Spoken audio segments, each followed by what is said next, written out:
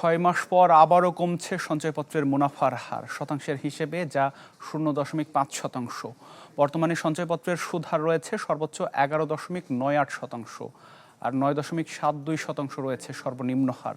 নতুন সুদ হার কার্যকর হবে আগামী ১ জানুয়ারি থেকে। এর মধ্যে প্রস্তাবনা তৈরি করেছে অর্থ মন্ত্রণালয়।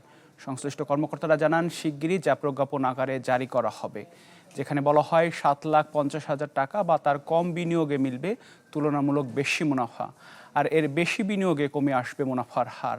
নতুন এবং ফিরে আসা গ্রাহকদের জন্য নগদে চলছে ক্যাশব্যাক সহ প্রতিদিন হাজারো উপহার জেতার সুযোগ। হবে আশা আর ফেরা, সারপ্রাইজ সেরা। আয় ও ঋণ ব্যবস্থাপনার অংশ হিসেবে গেল জুনে নিয়মিতভাবে সঞ্চয়পত্রের হার পর্যালোচনার সিদ্ধান্ত নেয় সরকার।